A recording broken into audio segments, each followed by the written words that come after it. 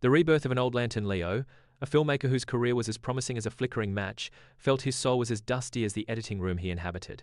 His last project, a pretentious art film about a sentient potato, was a monumental failure that had not only bankrupted his confidence but also his bank account. He was now a ghost of his former self, haunting a small neighborhood coffee shop, nursing a cold latte and a profound apathy towards the world.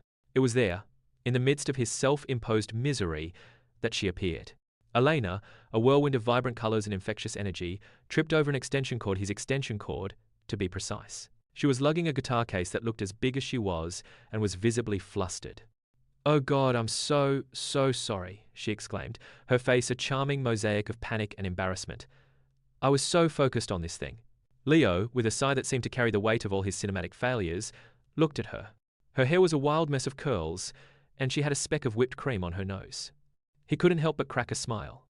"Don't worry, my cable and I have seen worse," he joked.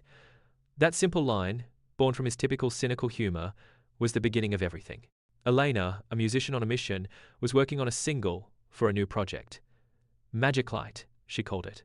It was a concept about finding the light in the darkest corners of life, and she needed a music video. A low-budget, high-concept, 4-minute music video. The idea was preposterous. Leo, the once acclaimed director, now being asked to shoot a music video for a project named Magiclight from a clumsy musician? It was almost a joke straight out of one of his unproduced comedies. Yet, there was something about her unwavering optimism, her belief in the project, that was irresistible. He agreed, less for the money and more for the baffling curiosity of what it would be like to work on something so hopeful. Their collaboration was a beautiful, chaotic mess. Leo, the technical perfectionist, clashed constantly with Elena, the free-spirited artist. He meticulously planned every shot. She preferred to let the moment guide them. Their arguments were often fueled by his cynicism and her boundless optimism. One evening, after a particularly heated debate about lens flares, Elena found a box of old tapes. They were Leo's previous projects. She put one in, and the screen came to life with a beautifully shot but deeply depressing film. It was the Sentient Potato Movie. The film was a masterpiece of technical skill but utterly devoid of soul. The end credits rolled and she saw the title, The Tubber's Twilight. The film's name, a final sarcastic jab at its own failure. "Is this what you do?" she asked, her voice soft but filled with a hint of concern. Leo's face went white. The casual air he had carried for weeks evaporated, revealing a raw, emotional wound. He confessed everything. The critical panning, the financial ruin, the feeling of being a fraud. He told her how every shot he now took felt like a lie, how he couldn't see the world through a lens of hope anymore. The Magiclight project, he admitted, was a way to prove that he was still capable, but a part of him believed it was a fool's errand. The confession created a chasm between them. Elena felt betrayed, not by the failure, but by his lack of trust in her. She had poured her heart into this project with him, thinking they were partners, only to find he was still living in the shadows of his past. The magic they had built between them, the playful banter, the shared laughter, felt hollow.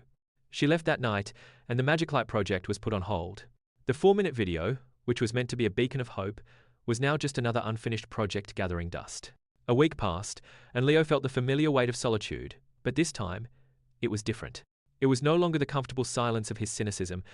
It was the deafening roar of a void left by Elena. He pulled out the old box of tapes again, but this time, he didn't just look at the Sentient Potato Movie. He watched all of them. He saw the goofy student films, the short documentaries he'd made with friends, the experimental pieces filled with passion and terrible special effects. He saw the younger Leo, the one who wasn't afraid to fail, the one who believed in the magic of storytelling. He saw the light in his own past. Just as he was about to give up on everything, he heard a gentle knock on his door. It was Elena. She wasn't there to scold him, she was there with her guitar.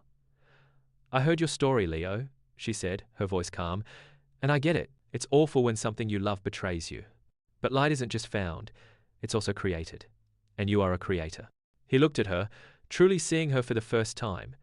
She wasn't just a quirky musician, she was his Magiclight. With newfound resolve, he grabbed his camera. They spent the next 2 days working with a frenetic, almost desperate energy. This time, there were no arguments, only collaboration. They didn't just film the video, they remade it. They discarded the fancy shots and focused on the simple moments. The way a sunbeam pierced through a dusty window, the reflection of a street lamp in a puddle, the soft glow of a candle lighting up a face. They decided the 4-minute video would not be a grand spectacle, but a simple, heartfelt story of two people finding light in each other. The final video was nothing like their initial vision. It was imperfect, raw, and deeply emotional. The music, a beautiful melody that Elena had written, intertwined with Leo's candid, almost documentary-style footage. It showed them in their element, working, laughing, failing, and finally, succeeding. The 4-minute video told their story, the story of a cynical filmmaker and an optimistic musician, a story of failure and finding the courage to try again. They titled it simply, Magiclight. They uploaded it to a small corner of the internet, with no expectations. The response was slow at first. A few hundred views, then 1,000. But the comments were different. They weren't critiques of lighting or camera angles. They were messages from people who saw themselves in the story.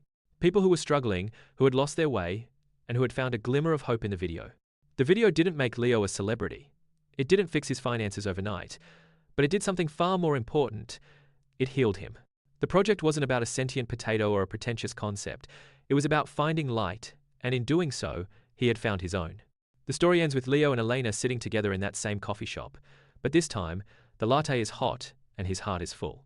They're brainstorming ideas for their next project, a full-length feature film. It's not about fame or fortune, it's about the joy of creation. He had learned that the true art was not in avoiding failure, but in the courage to create anyway. And in his partner, he had found his personal, everlasting Magiclight.